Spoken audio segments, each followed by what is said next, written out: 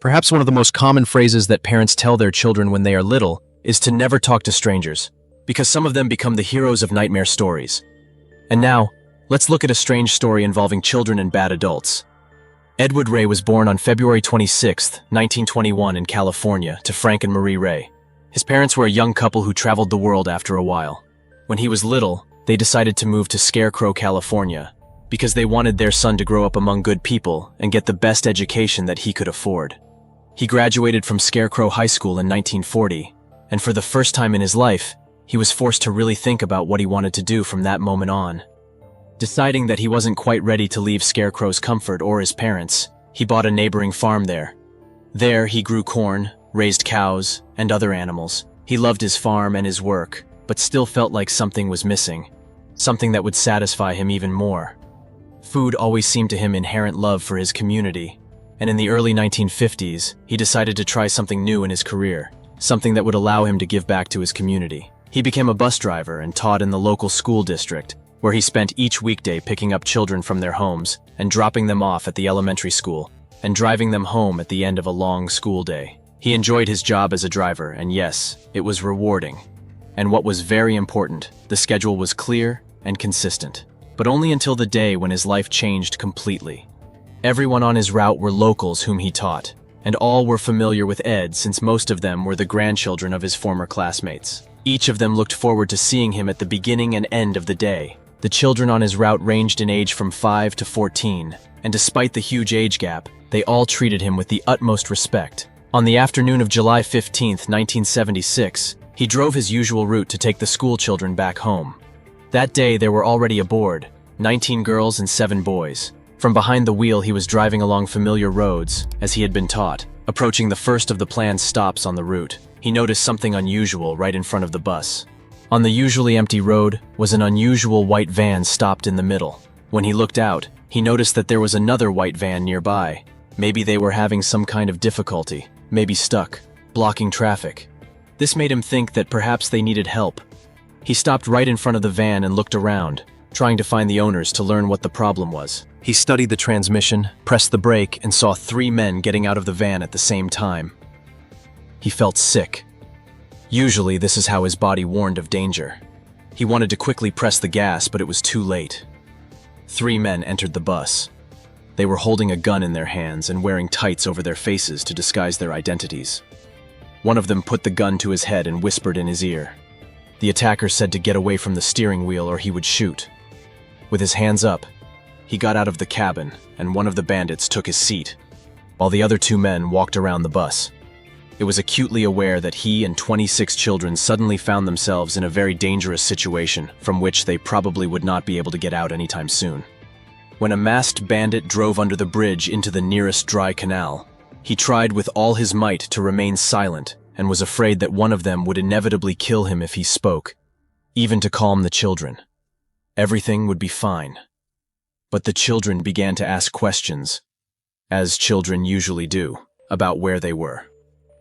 The youngest child on the bus, 5-year-old Monica, became fascinated with one of the bandits, specifically the legs from the tights that were not covered by his face. The tights were on either side of his head like rabbit ears. Since Monica had no opportunity to comprehend the dangerous situation, she looked questioningly at the bandit and asked if he was the same Easter bunny who brings all sorts of sweets while she sleeps.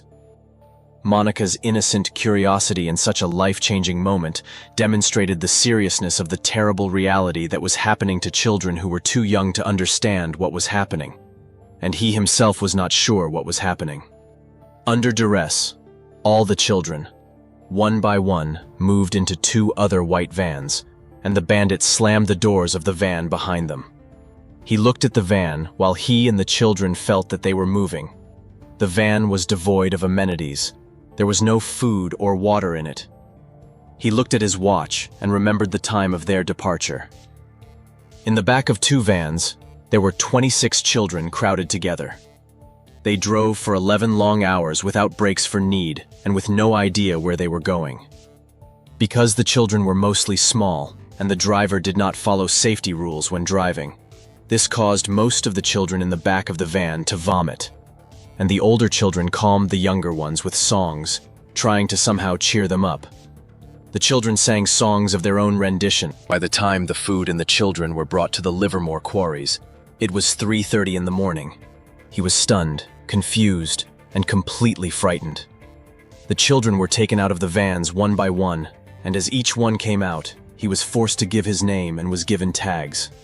He couldn't understand what was happening, and he couldn't understand why he and the 26 children were being targeted by these people.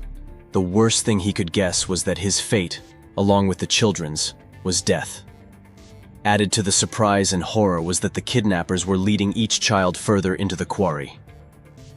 As he moved forward, he noticed that there was another van underground. It was 12 feet down, and the only visible part of the dirt was the roof. In the roof, there was a small opening and a ladder lowered down inside the van. He suddenly realized that he and the children had been shoved deep into the van and were going to be buried alive. One by one, each of the children was forced down the ladder into the buried van. The skin of the situation was beginning to dawn on at least the older children. There were various dirty mattresses of all shapes and sizes inside the van, and quite a few containers of water and food. He took a quick inventory of the inside of the van as his eyes adjusted to the lack of light. And then, before he could speak, the kidnappers began to close the steel plate on the roof of the van. Then the children heard the thud of dirt being dumped on the roof. By some of the children, they started screaming. He tried to calm them down, but he knew too well that his own fears were quickly getting the better of him. His abilities to calm down soon enough faded. He felt himself crying along with the children. He was sure that the roof couldn't support the weight of the dirt being loaded on top. He was afraid that it would inevitably collapse. The van itself was getting more and more stuffy. Looking at the children, he saw their frightened faces, and then something strange happened. The oldest boy in the group, 14-year-old Mike Marshall, stood up abruptly and declared that he would not die without trying to get out. This, filled with a newfound purpose, stood with Mike and asked the older boys for help. As they planned their escape, the older boys, along with Ed, were collecting mattresses that were scattered in the van and began stacking them on top of each other until the structure was high enough for someone to stand on top and reach the roof. The boys climbed to the top and held the tower by the Ravana. The other children gave them wooden slats from the bed frame. At the very top of the tower, the boys used the wooden slats to try to knock out the steel plate that was covering the hole in the roof. When they pushed, and the boys realized that the plates were weighed down by two huge tractor batteries, in case the group of hostages tried to escape. Each battery weighed about 100 pounds, and the older boys made no attempt to move the steel plate and the two massive tractor batteries. They felt themselves succumbing to exhaustion and severe muscular fatigue, as they had eaten almost nothing all day and were literally suffocating underground. Some of the children poured water on the heads of both the boys and the boys in an attempt to cool them down and keep them conscious. Despite their best efforts, they found themselves in great luck. The roof began to slowly collapse, arching towards them. And then, with one well-timed push, the steel plate buckled. Everything took an almost unbelievable turn of events. The boys were able to push the plate aside and watched as dirt piled up. This helped one of the older boys climb through the hole and instructed him on how to clear away some of the dirt and debris. After this realized the children through the hole in the roof of the van, one by one. The boys helped pull everyone out to freedom. So the children still taught and climbed out of the van nearly 16 hours after they were buried. This business sneaked into the quarry guard hut along the shadow of the cliffs of East Bay Regional Park in an attempt to find help. There they did not find the quarry night watchman who, although incredibly confused, offered to call the police and waited with a group of children for them to arrive. Once the local police arrived on the scene, they could not believe what it was, and the children spoke. When the officers found the van buried, they were horrified that something had really happened to Ed and the children. It was a relief that they had avoided a long investigation into who was responsible for the abduction, as one thing was incredibly clear. Whoever was responsible must have had access to the quarry, and plenty of time to bury the van. Investigators were quickly able to find the quarry owner's son, 24-year-old Frederick New Holwood, who had access to the quarry very often in the summer. Then the police were quickly able to find two more of his friends, brothers James and Richard Scanfield. After arresting all three young men within 2 weeks of the initial abduction, the story began to unfold right before the investigators' eyes. A bus carrying young people doing something in the dairy farming summer school bus was found in a deserted bamboo-covered area. There is no doubt that the bus had been deliberately hidden in the thicket, and dust on the seats indicated that the 26 teenagers were not on board when the bus was sucked into the bog. Its mysterious disappearance also suggests that at least 2 people must have been involved, one to drive the bus into the bog and another to guard the youths. There were tracks of other vehicles on top of the buried van. Many of the anxious parents waited impatiently for the investigation to be completed, while others kept an all-night vigil at the police station.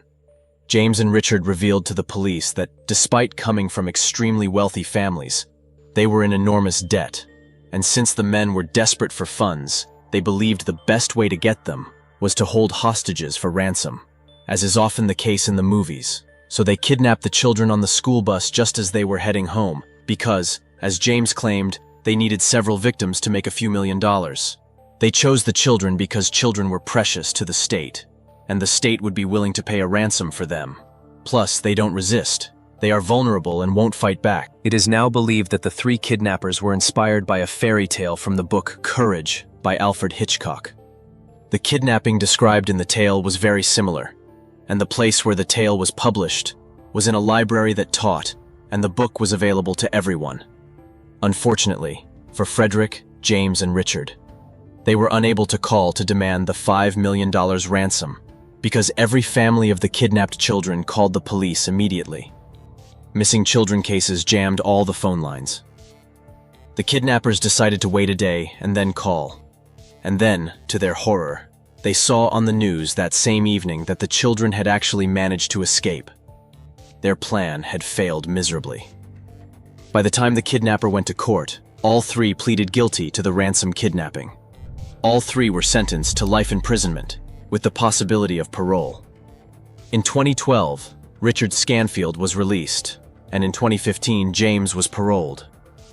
Cedric, here the main motivator of the kidnapping, has been consistently denied parole and remains in prison since his first conviction. It is important to note that although all 26 children managed to survive the terrifying hostage situation, the chilling experience still haunts many of them to this day. Most of the children involved in the kidnapping suffered from anxiety, panic attacks, and various nightmares related to the kidnappings and deaths. In fact, most of the kidnapping victims reported that persistent symptoms remained even 25 years after the incident. The pain these children experienced at such a young age they carried with them for most of their lives, all because the 3 men spent money that they needed to pay back. After the incident, the Corps was admitted to the California High School Distinguished Community Service Association, as a result of his bravery in keeping the children safe that fateful day. The children gathered together on August 22, 1976, just over a month after their amazing escape, to celebrate their admission. Even in 2012, nursing home residents still taught and remembered the event. Edward Ray, at the age of 91, despite everything, never forgot what he did for them in the last days of his life. For 35 years, Edward Ray visited many school children, whom he helped to escape during the abduction of the school bus. The Chihuahua kidnapping of 1976 remains one of the most bizarre and horrifying real-life crime stories ever recorded. 26 children were abducted at gunpoint, locked in a buried van, and left to suffocate. What followed was an incredible escape, a nationwide manhunt, and a shocking motive. The abductors were not professional criminals. They were rich young men who were in debt and decided that the best way to raise money was to kidnap school children for ransom. However, their plan collapsed when the children managed to break free and escape the underground prison. Within weeks, the kidnappers were caught and brought to justice. But for the survivors, the trauma never truly disappeared.